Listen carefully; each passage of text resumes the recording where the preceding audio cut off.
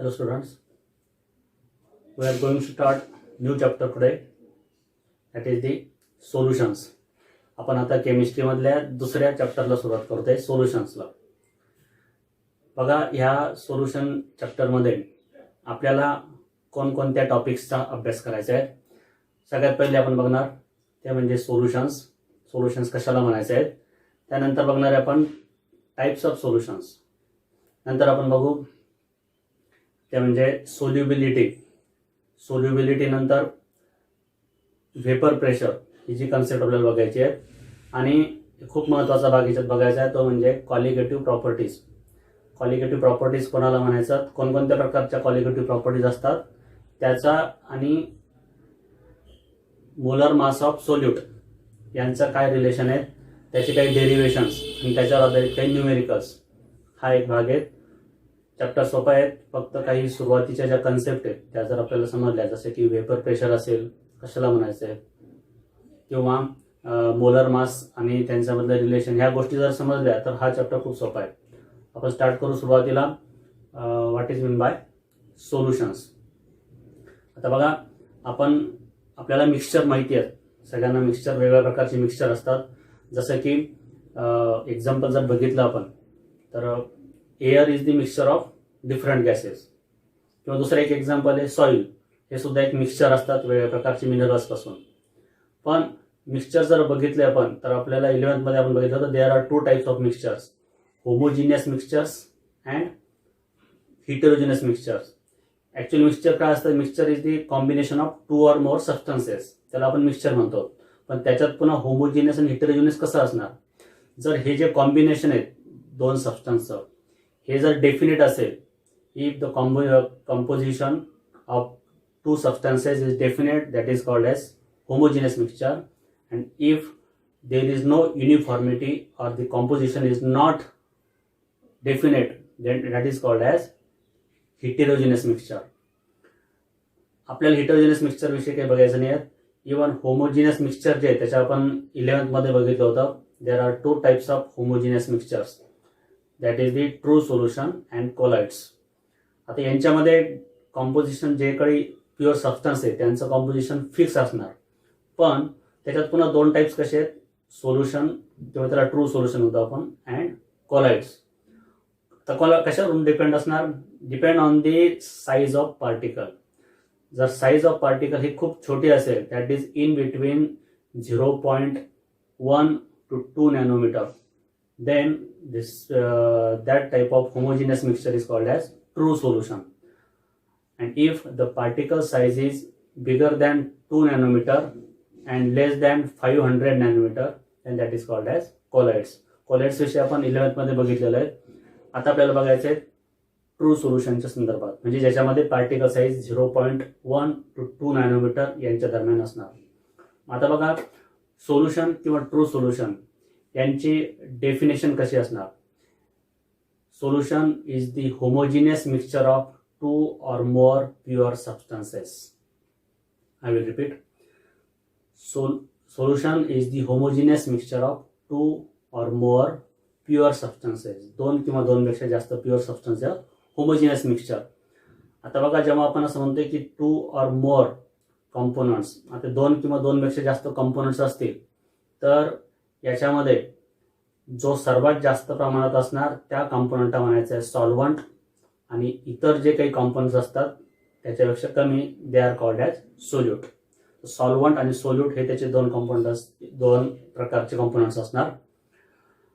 आता आपण विशेषतः बायनरी सोल्युशनच्या संदर्भात विचार करू, म्हणजे ज्याच्यात फक्त 2च कॉम्पोनंट असतील, 3-4 असू शकतात, परंतु आपण फक्त 2च्या कॉम्पोनंटच्या संदर्भात विचार करणार, आणि 2 कॉम्पोनंट असलेल्या सोल्युशनला म्हणायचं आहे बायनरी सोल्युशन. याच्यात कोणते 2 कॉम्पोनंट असणार, one is the solvent which is in greater extent, जो जास्त प्रमाणात असणार तो सॉल्व्हंट, जो कमी प्रमाणात असणार तो solute. So we will study in this chapter different types of binary solutions. आता टाइप्स ऑफ बायनरी सोल्युशन्स कसं, जनरली आपल्याला एक असं वाटतं की सोल्युशन्स म्हणजे कोणत्या प्रकारचे असायला पाहिजे, सॉलिड डिझॉल्व्ड इन लिक्विड, याला आपण सोल्युशन समजतो. पण सोल्युशन्स फक्त त्यालाच म्हणायचं नाही आहेत. सोल्युशनमध्ये सॉल्व्हंट आणि सोल्यूट हे तिन्ही प्रकारच्या स्टेटमध्ये राहू शकतात. That means solvent may be in the state solid, liquid और gases. Similarly solute is also in different 3 states, solid, liquid and gases. यानुसार त्याचे जे 9 डिफरंट टाइप्स आहेत ते आपल्याला बघायचे आहेत. या चॅप्टरमध्ये हा जो दिसते तुम्हाला टेबल, या टेबलमध्ये तुम्ही बघू शकता there are 9 types of binary solutions. आता बघा आपण जे 9 टाइप्स दिले तर आपण बघणार की सॉल्वंट, सोल्यूट जे जर समजा सॉलिड जर सोल्यूट असेल तर त्याला 3 प्रकारचे सॉल्वंट पॉसिबल आहेत. मग त्यानुसार पहिले 3 प्रकारमध्ये दिलेले बघा, solid, dissolved in liquid.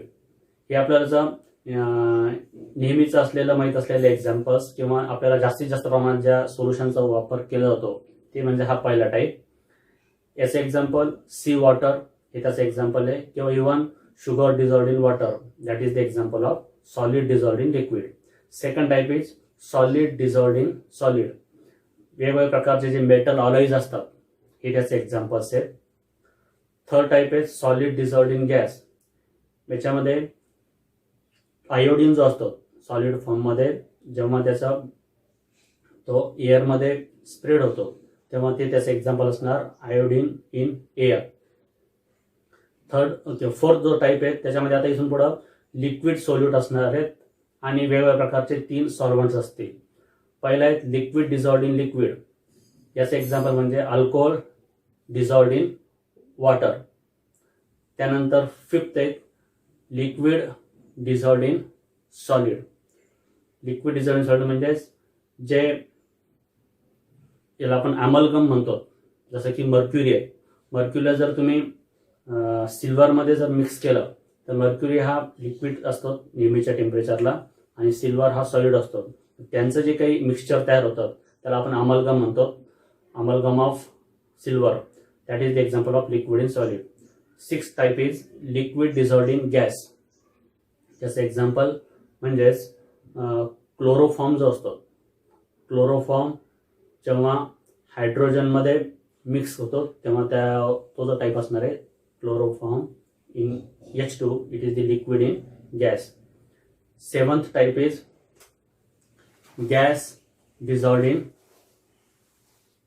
Liquid. म्हणजे इथून पुढचे जे 3 असणार आहेत हे असणार आहेत गॅसेस आणि 3 प्रकारचे जे सॉल्वंट असतील ते म्हणजे लिक्विड, सॉलिड आणि गॅस. गॅस इन लिक्विडचं एक्झाम्पल म्हणजे oxygen dissolved in water. Next type is the gas dissolved in solid. Gas हा सॉलिडमध्ये डिझॉल्व्ह झालेला आहे. त्यानंतर त्याचं एक्झाम्पल म्हणजेच हायड्रोजन इन पॅलेडियम. हायड्रोजन जो आहे हा पॅलेडियममध्ये डिझॉल्व्ह केलेला आहे. Next is the gas in gas. हे सगळ्यांना माहीत असलेलं example that is the air. एअरमध्ये वेगवेगळ्या प्रकारचे गॅसेस जे असतात हे त्याच्यामध्ये डिझॉल्व्ह म्हणण्यापेक्षा आपण असं म्हणू की ते मिक्स झालेले असतात एका विशिष्ट कॉम्बिनेशनमध्ये. So these are the 9 types of binary solutions. आता हे जे 9 टाइप्स आपण बघितले त्याच्यामध्ये जरी आपण हे सगळेच 9 टाइप्स आपल्याला नेहमीचे एक्झाम्पल्स वाटत असले तरी सुद्धा एक लक्षात घ्या की आपल्याला जास्त प्रमाणात कोणत्या प्रकारचे सोल्युशन्सची आपल्याला जास्त आपण फॅमिलियर आहे ते म्हणजेच सॉलिड डिझॉल्व्ड इन लिक्विड. म्हणून या चॅप्टरमध्ये आपण जास्तीत जास्त जे काही कॉन्सन्ट्रेट केले आहेत याच प्रकारच्या टाईप्समध्ये केलेले आहेत. आणि सेकंड टाईप आहे जे थोड्या प्रमाणात आपल्याला बघणार याच्यात, that is gas dissolved in liquid. Solid in liquid आणि गॅस इन लिक्विड या संदर्भात आपण इथून पुढं माहिती बघू. आणि याच्यामधली सगळ्यात पहिली जी काही कन्सेप्ट आहे ती म्हणजे सोल्युबिलिटी. सोल्युबिलिटी कशाला म्हणायचं बघा, आपल्याला मी जेव्हा एखादं सोल्युशन आपण तयार करतो तेव्हा 2 प्रकारचे कंपोनंट्स असतात, that is the solvent and solute. जेव्हा तुम्ही एखादा सोल्यूट त्याच्या सॉल्वंटमध्ये टाकायला सुरुवात करतात, एक एक्झाम्पल बघू आपण, मीठ आणि पाणी म्हणजे सॉल्ट अँड वॉटर यांचं सोल्युशन जेव्हा तुम्ही तयार करतात तेव्हा एका विशिष्ट लिमिटच्या बाहेर तुम्ही त्याच्यात सॉल्ट जो हा डिझॉल्व्ह करू शकत नाही. ही जी मॅक्झिमम लिमिट असते त्याची, ते मॅक्झिमम लिमिटपर्यंत आलं म्हणजे आपण असं म्हणतो की ते सोल्युशन हे सॅच्युरेटेड सोल्युशन झालं.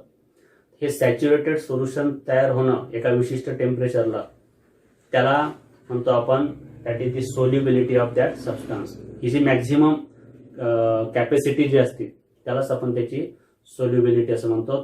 पण ती त्या टेम्परेचरला चेंज होत राहते, म्हणून त्या विशिष्ट टेम्परेचरला त्याची सोल्युबिलिटी ही ठराविक असते किंवा फिक्स असते. आता यानुसार तुम्हाला लक्षात आलं असेल what is mean by solubility. Definition of solubility बघा, the amount of solute per unit volume of saturated solution at specific temperature. पुन्हा एकदा रिपीट करतो, the amount of solute per unit volume of saturated solution at specific temperature it is called as solubility. एका विशिष्ट टेम्परेचरला त्याची जी काही सोल्यूटची जी solubility असते किंवा amount जे असते, जे आपण त्या विशिष्ट सॉल्व्हंटमध्ये किंवा अमाऊंट व्हॉल्यूम ऑफ सॉल्व्हंटमध्ये टाकतो त्याला त्याची सोल्युबिलिटी म्हणायची. मग आता त्याला युनिट काय असणार मेजर करण्याचं? युनिट इज दी मोल लिटर इनवर्स और मोल्स पर लिटर. या पद्धतीने आपण त्याला मोजू शकतो. आता ही जी सोल्युबिलिटी आहे ही कशावर डिपेंड असणार? कोणकोणत्या फॅक्टर्सवरती डिपेंड असणार? ते फॅक्टर्स आपल्याला बघायचे. That is factors affecting solubility. बघा 3 प्रकारचे फॅक्टर्स असणार. एक म्हणजे nature of solute and solvent, second is the effect of temperature and third is the effect of pressure. सगळ्यात पहिले आपण बघायचं what is the effect of nature of solute and solvent. Solute and सॉल्व्हंटच्या नेचरवर ही सोल्युबिलिटी डिपेंड कशी असणार? जसं एक आपल्याला माहिती आहे की सारख्या प्रकारचे जर केमिकल बिहेवियर जर असेल त्यांचं किंवा कॅरेक्टर्स जर असतील तर त्यांच्यामधली असणारी सोल्युबिलिटी ही चांगली असते, म्हणजे ते जास्त प्रमाणात डिझॉल्व्ह होतात. ज्याला एक असं म्हटलं जातं की लाईक डिझॉल्व्स लाईक. सारख्या प्रकारचे सोल्यूट हे त्यांच्यासारख्याच असणाऱ्या सॉल्व्हंटमध्ये डिझॉल्व्ह होतात. आणि याचं एक सर्वात सोपं उदाहरण म्हणजे solution of NaCl in water. तुम्हाला काही सारखेपणा कसा? तर सोडियम क्लोराईडचे जे काही हे असतात मॉलिक्युल्स असतात त्यांच्यामध्ये एक प्रकारची पोलॅरिटी असते, Na+ and Cl-. Similarly water is also polar solvent. वॉटरमध्ये पण पोलॅरिटी असते H+ आणि OH-. ह्या पद्धतीचे त्यांच्यामध्ये असणारे जे काही फोर्सेस ऑफ अट्रॅक्शन ही कम्पेरेबल एनर्जीचे असतात, म्हणून त्यांच्यामध्ये जास्त प्रमाणात ही डिझॉल्व्ह होत असतं. आता बघा पुढचा जो आहे ते म्हणजेच इफेक्ट ऑफ टेम्परेचर. टेम्परेचरचा इफेक्ट काय होणार? आता आपल्याला एक माहिती आहे की जर समजा जनरली आपल्या मनात असं असते की टेम्परेचर जर वाढवलं तर सोल्युबिलिटी ही वाढते, परंतु हे सगळ्या बाबतीत खरं नाही आहे. कारण टेम्परेचरचा जो इफेक्ट असतो सोल्युबिलिटी तर तो डिपेंड असणार त्या एन्थॅल्पी ऑफ सोल्युशनवर. आता एन्थॅल्पी ऑफ सोल्युशन म्हणजे काय? तर जेव्हा एखादा सोल्यूट आपण सॉल्व्हंटमध्ये डिझॉल्व्ह करतो तेव्हा 2 पॉसिबिलिटी. एक तर त्यातून हीट बाहेर पडेल किंवा हीट ॲब्झॉर्ब होईल. जर हीट बाहेर पडत असेल, हीट म्हणजे heat of that reaction is also called as एन्थॅल्पी. त्यालाच आपण एन्थॅल्पी म्हणतो. हीट बाहेर पडत असेल तर त्याला म्हणतो आपण एक्झोथर्मिक प्रोसेस. आणि जर हीट त्याच्यात घेतल्या जात असेल किंवा ॲब्झॉर्ब होत असेल त्याला म्हणतो आपण एंडोथर्मिक प्रोसेस. पण टेम्परेचरचा इफेक्ट ह्या कोणत्या प्रकारची रिॲक्शन आहे त्यावर डिपेंड असणार. जर आपण पहिलं टाईप बघू एंडोथर्मिक रिॲक्शन, म्हणजे ज्याच्यामध्ये हीट ही ॲब्झॉर्ब केली जाते, अशा प्रकारची जर प्रोसेस असेल तर मात्र टेम्परेचर वाढवल्यानंतर त्या रिॲक्शन त्या जे काही सोल्युशन आहे त्याची सोल्युबिलिटी इन्क्रीज होते. त्याचं एक्झाम्पल म्हणजे KBr किंवा आपण पोटॅशियम ब्रोमाइड म्हणतो. पोटॅशियम ब्रोमाइडचं वॉटरमध्ये सोल्युशन तयार करताना जर जेवढं टेम्परेचर वाढवलं तेवढ्या प्रमाणात त्याची सोल्युबिलिटी ही इन्क्रीज होत जाते, कारण की ती रिॲक्शन कशी आहे एंडोथर्मिक आहे. तिथं हीट ही ॲब्झॉर्ब केली जाते. दुसरं एक्झाम्पल म्हणजे that is the exothermic process. Exothermic प्रोसेसमध्ये काय केलं जातं की हीट ही बाहेर टाकली जाते. अशा प्रोसेसमध्ये जर समजा टेम्परेचर जर तुम्ही इन्क्रीज केलं तर त्या जी काही सोल्युशन आहे त्याची सोल्युबिलिटी डिक्रीज होते. म्हणजे जेवढं तुम्ही टेम्परेचर वाढवलं तेवढ्या कमी प्रमाणात सोल्यूट त्याच्यामध्ये डिझॉल्व्ह होईल. त्याचं एक्झाम्पल म्हणजेच कॅल्शियम क्लोराईड इन वॉटर. ही एक्झोथर्मिक प्रोसेस असल्यामुळे टेम्परेचर वाढवल्याबरोबर याची सोल्युबिलिटी कमी होत जाते. आणि थर्ड टाईप आहे that is effect of pressure. प्रेशरचा काय इफेक्ट होतो? तर जनरली आपल्याला माहिती आहे की सॉलिड आणि लिक्विड जर हे असतील त्याच्यामधले सॉल्वंट किंवा सोल्यूट म्हणू आपण त्याला, सॉलिड आणि लिक्विड जर असतील तर त्यांचा आपल्याला माहिती आहे प्रेशरचा फारसा इफेक्ट त्यांच्यावर होत नाही, ते काही कंप्रेस होत नाही. म्हणून there is no effect of pressure if solute is liquid or solid. पण जर गॅसियस स्टेटमध्ये असेल तर मात्र निश्चितपणे त्याचा इफेक्ट होतो. आणि आपल्याला एक माहिती आहे की जर त्या ठिकाणी एखादा गॅस जेव्हा डिझॉल्व्ह होतो लिक्विडमध्ये तेव्हा ती प्रोसेस जी असते ती एक्झोथर्मिक प्रोसेस असते, म्हणजे हीट त्या ठिकाणी बाहेर टाकल्या येते. त्यामुळे साहजिक आहे जर समजा अशा वेळेला प्रेशर जर इन्क्रीज केलं तर त्याची गॅसची सोल्युबिलिटी जी आहे लिक्विडमधली ही इन्क्रीज होते. जसं की आपण एक्झाम्पल बघितलं त्याचं की dissolution of oxygen in water. जर त्याच्यावर जर प्रेशर जर वाढवलं तर ऑक्सिजनचं पाण्यामधलं होणारं डिझोल्युशन किंवा जो की सोल्युबिलिटी आहे ही इन्क्रीज होते. या पद्धतीने हे तिन्ही पद्धतीचे 3 फॅक्टर्स असतात. आता जो मी शेवटचा जो टाईप सांगितला की effect of pressure on solubility of gas, तर त्याच्यासाठी हेनरी हा जो काही सायंटिस्ट आहे त्याने एक लॉ दिलेला आहे which is non as Henry's law. In next video we will see what is the statement of Henry's law, its mathematical expression. Also we will see what is in by vapor pressure and Raoult's law. So we will see it in next video.